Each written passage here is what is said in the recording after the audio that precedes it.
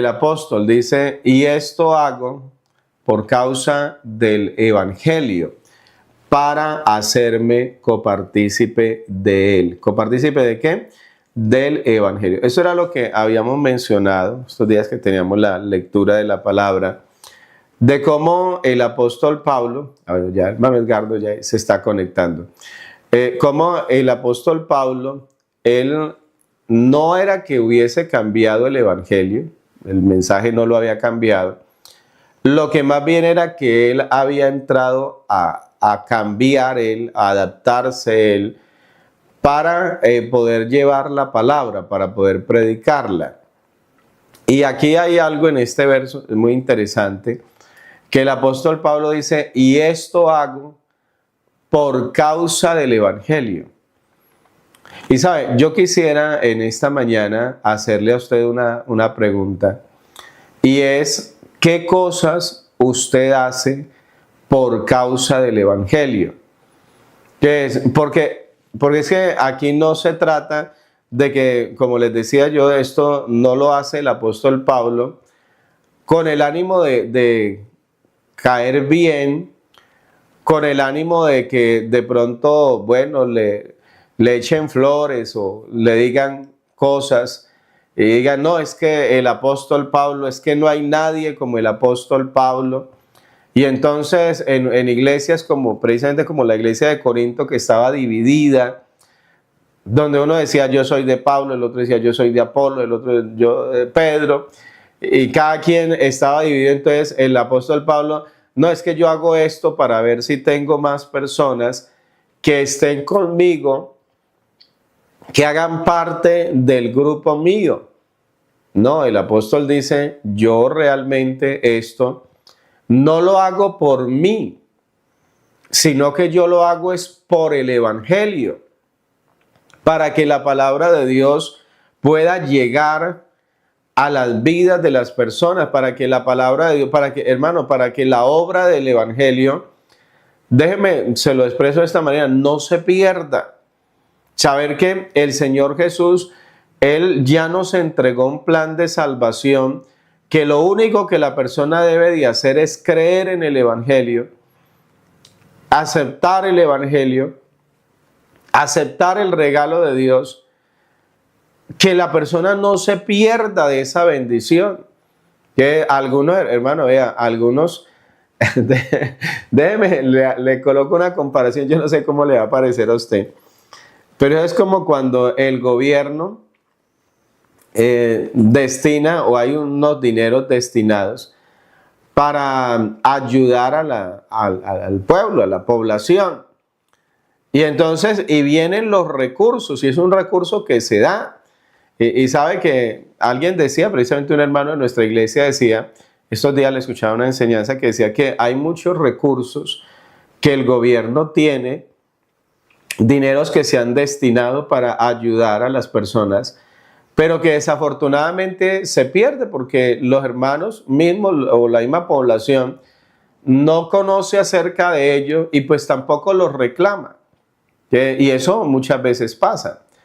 Pero también sucede que hay quienes usan los recursos del Estado, esas ayudas que hermano, que eso sale de los impuestos. Usted no crea que fue que el político llegó y fue y se mandó la mano al bolsillo y sacó plata y dijo, vea, le va a regalar al pueblo. No, eso es un dinero que sale del pueblo y que se le regresa al pueblo.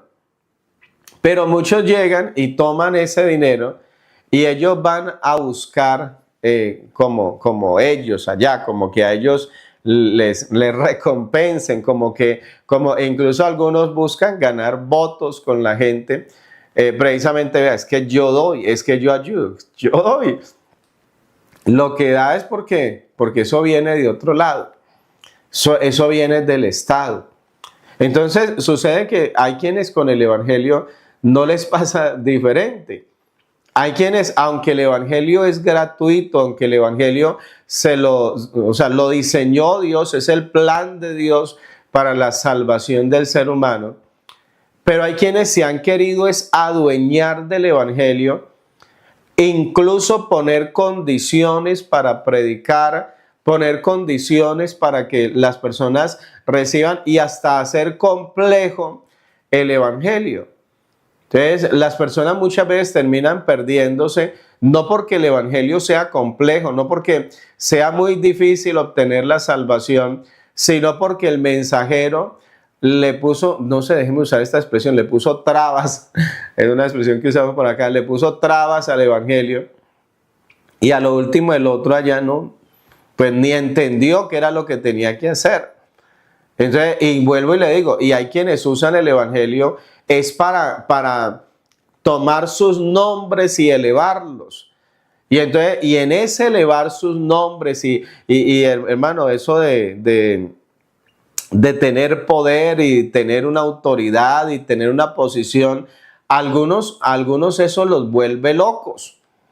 De verdad, hay personas que les vuelve loco ello y por eso realmente terminan ellos luego presentándose hasta como más importantes que el mismo evangelio. Dejan al evangelio atrás y luego terminan son ellos. Y lo que buscan es que los sigan a ellos, que los amen a ellos.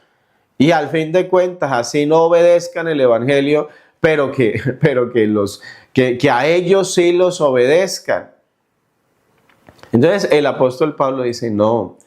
Dice, yo más bien, yo mismo tengo que renunciar a mí mismo, tengo que renunciar a mis derechos, tengo que renunciar a mi manera de ser, incluso a mi propia cultura.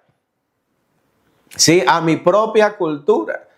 Con tal de que, de ganar a alguien para Cristo, de que una persona sea salva. Y por eso dice, y esto lo hago es por causa del evangelio.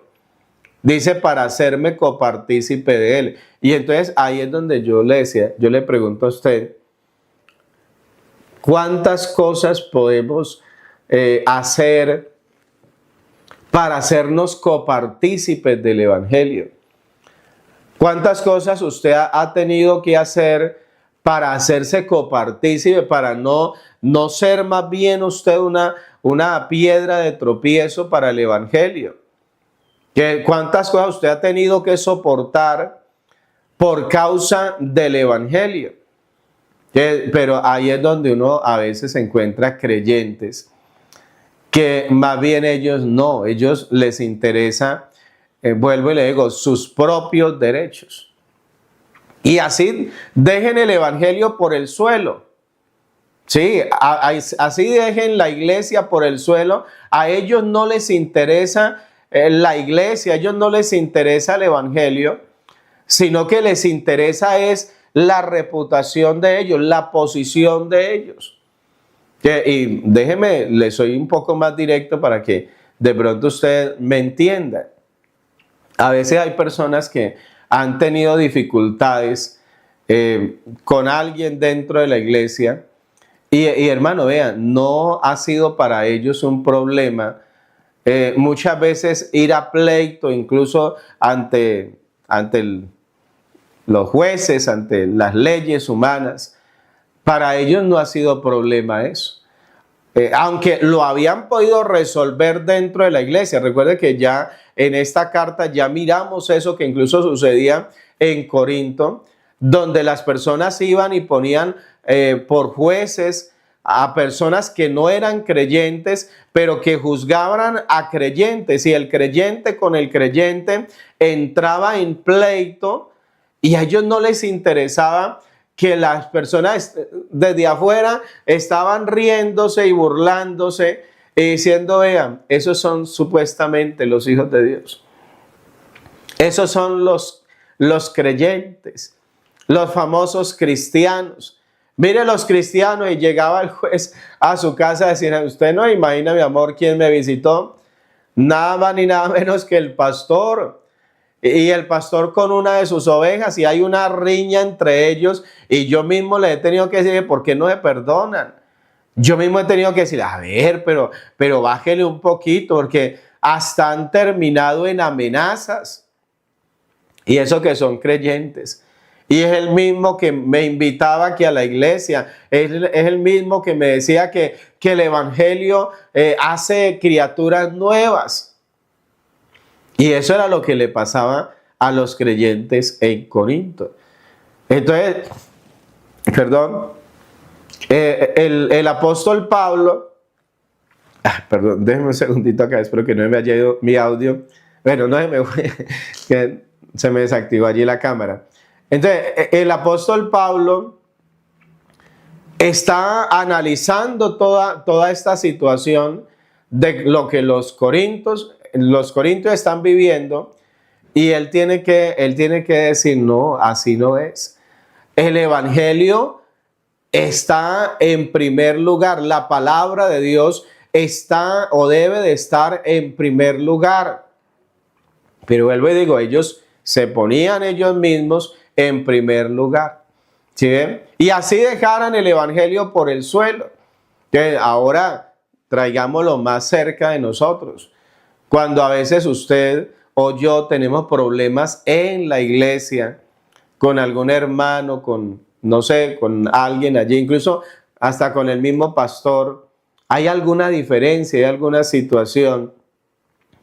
Y muchas veces nos llevamos ese problema para la casa o nos llevamos ese problema para el trabajo. Y estamos compartiendo todo eso con personas que no son creyentes.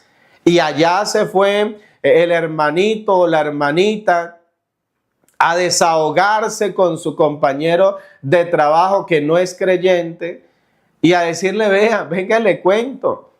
Venga y le cuento con las que me salió el pastor. Venga y le cuento lo que me hizo el hermanito Julano de tal. Imagínese que hicimos un negocio así y me engañó y me defraudó y me robó. Y es el que más predica en la iglesia. Y es la mano derecha del pastor. Y entonces, y él se está desahogando y bueno, y alguien dirá, pues tiene derecho a desahogarse. Pero y no se da cuenta que con eso posiblemente le está cerrando la oportunidad a alguien para que en un futuro, tal vez hasta ni muy lejano, alguien que de pronto estaba pensando o había la posibilidad de que se entregara al Señor, pero que cada que llegue ese pensamiento de voy a ir a la iglesia, voy a buscar de Dios, se va a acordar de lo que su compañero de trabajo le dijo.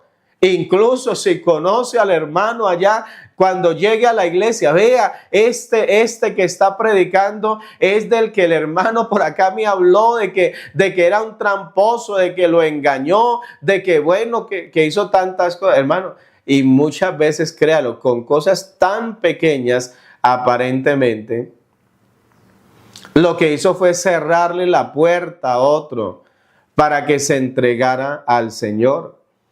Y entonces alguien dice, hermano, entonces yo ¿qué puedo hacer? Pero vea, ¿yo cómo afronto entonces esta situación? Pues hermano, usted tiene un Dios, hable con Dios, Él es el juez de todos.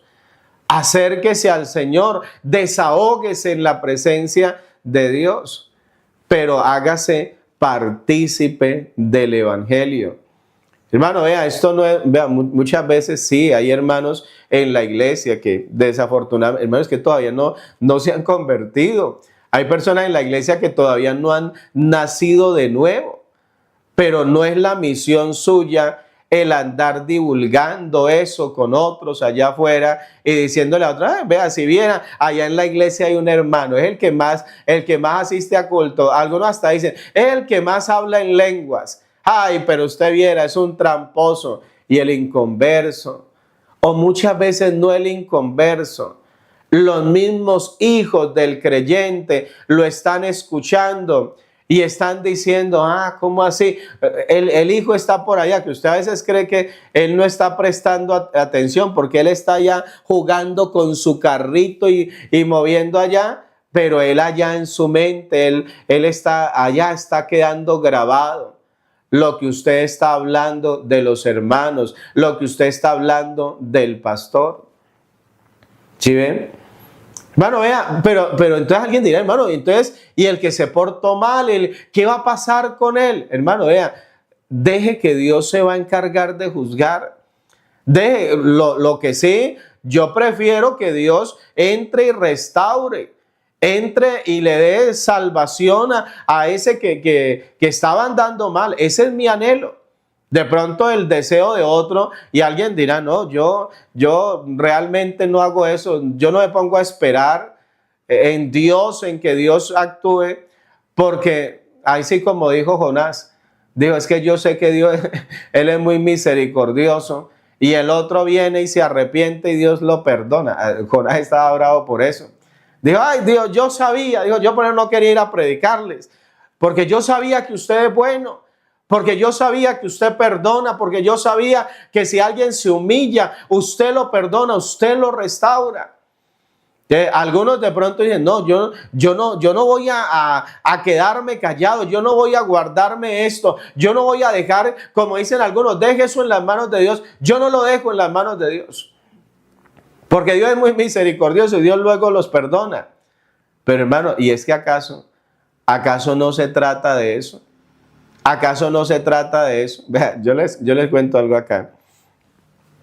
Mis hijos a veces tienen choques entre ellos. Ustedes saben, ustedes papá, tiene hijos, sabe cómo es la situación.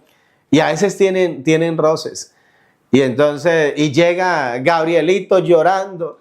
Y llega llorando, papi, Mariana me pegó. Y llora, papi, Mariana me pegó. Y entonces yo, ¿cómo así que le pegó? No, hay que castigarla, le digo yo. Hay que castigarla. Y entonces cuando yo digo, hay que castigarla, él puede estar llorando. Le digo yo, bueno, ¿qué dice usted, Gabrielito? ¿La castigamos porque se portó mal? ¿La castigamos? Y llorando así, dice, no, que no la castigue. Es su hermanita. ¿Ah? Es su hermanita y de todas maneras, aunque sigue llorando porque le sigue doliendo que la hermanita le pegó, pero aún así me dice que no la castigue. Mi hermano, vean, nosotros en el caso nuestro, porque ahí fue donde el Señor dijo, ustedes deben de hacerse como niños. Hermano, qué bueno que nosotros de verdad tuviéramos un corazón muy similar al de un niño, que el niño en medio de todo, él no. Él, incluso yo a veces regaño a Gabriel, eso a mí me da hasta risa, porque yo lo regaño y le hablo duro, y Mariana de una vez ella reacciona, y entonces, y que no, y me dice, no papi, Gabriel es mío, así dice ella, Gabriel es mío, como que dice, no me lo regañe, que Gabriel es mío. Oiga, qué bueno que uno tuviera una actitud similar a la de los niños, que a pesar de que usted vea la falta, usted no se arrodilla a orar diciéndole, Señor, vea, yo te pido que hagas que todos sus negocios se le vayan al piso. Señor, vea, yo te ruego que los reprendas, que son las oraciones de muchos. Y usted me dice, hermano, ¿por qué dice eso? Porque aquí a veces me llegan peticiones. Y en las peticiones llegan así mensajes. Que el Señor reprenda a Julana de tal, que me está haciendo la vida imposible. Que el Señor haga esto, que desate su mano contra. ¿Ah? Qué bueno que uno pudiera tener esa actitud. Dice, Marianita dice, Gabrielito es mío. Así dice ella. Qué bueno que uno pudiera decir, no, ese hermano es mío, ese pastor es mío, esa hermana, yo no, Señor, yo te pido que la perdones, yo te pido que la restaures, sí, yo te pido que la cambies para que no sea así, porque no está bien, porque ella es una hija de Dios, él es un hijo de Dios, eso no está bien. Pero hermano, nosotros muchas veces la oración más esa manera de juicio, esa manera de castigo, de reprensión. ¿Por qué no hacernos un poco partícipes, dice el apóstol, y esto lo hago por causa del evangelio, para hacerme copartícipe de él? Oiga, qué bueno que nuestros hijos pudieran ver en nosotros que realmente nosotros no nos encerramos en una batalla, ¿cómo es que dice? Una batalla campal los unos contra los otros. No, mi papá, él sabe perdonar, mi mamá sabe perdonar. A mi mamá eso le han dicho una cantidad de cosas, mi mamá yo no le ve problema a eso, uno ve, y ella es transparente. Ella es transparente. Hay personas que, usted sabe, hay personas que uno no lo quieren, ¿cierto? Sí, hay personas que uno no lo quieren. Pero qué bueno es cuando la familia, por lo menos mi esposa, yo a veces le comparto a ella porque hay personas que de pronto uno ve que han tenido hasta mala actitud contra uno, pero mi esposa, ella sabe que aún así, yo a veces hablando con ella, yo le digo a mi esposa, y lo peor es que me caen hasta bien.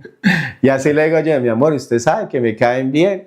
Y me alegro, y a veces me alegro cuando a ellos les va bien. O sea, a veces no, pues cuando hay situaciones donde ellos, Dios los bendice o les dan algún cargo especial, mi esposa sabe que yo me alegro. Ella no sabe que ella no me ve a mí por allá como crujiendo los dientes, diciendo, vea, ¿y por qué ella debería estar leyendo mal? Vea que se está metiendo. No, hermano, lo que uno aspira, el deseo que uno tiene siempre es que Dios bendiga a la iglesia. Yo prefiero, hermano, los hermanos, a veces, así sea que ahí, déjenme usar esa expresión, ahí cojeando un poquito, ahí con cierta cojera, pero ahí van. Y yo me alegro de eso. Pues no de que estén cojeando, me alegro de que estén todavía. Me duele ya cuando yo tengo que ver más bien que se fue. Que se fue para el mundo, que no soportó, que no se organizó. Eso sí me duele, que se haya ido, pero hermano, mientras esté en la iglesia, tiene la oportunidad. Yo sé que en cualquier momento, en algún culto, en algún evento, en algún momento, con alguna alabanza, con alguna enseñanza, con alguna predicación, Dios va a tocar esa vida y la va a transformar. Así que, hermano, amemos la iglesia, untémonos del evangelio, viva el evangelio, hágase copartícipe. Al Señor Jesús cuando estaba en la cruz, dice la palabra que la gente lo maltrataba, ya no era solo con el azote, sino con palabras, y se burlaban de él. Pero sabe que él allí en la cruz, él estaba viviendo el evangelio. Escúcheme eso. Estaba viviendo el evangelio, sabiendo de que eso que él hacía en ese momento, que él podía desatar su ira, digámoslo. Él podía enviar juicios y acabar con todos, pero él estaba viviendo el evangelio. Lo que él estaba haciendo era haciéndose partícipe del evangelio. Yo me lo imagino él diciendo, con esto los voy a salvar. Cada gota de sangre que salía de él y que caía en tierra allí, toda esa sangre que brotó de él, esa sangre él sabía que era para la salvación nuestra. Y él lo vivió de esa manera. Él vivió el evangelio. Vivamos nosotros. Escúcheme usted, vivamos nosotros el evangelio. Bueno.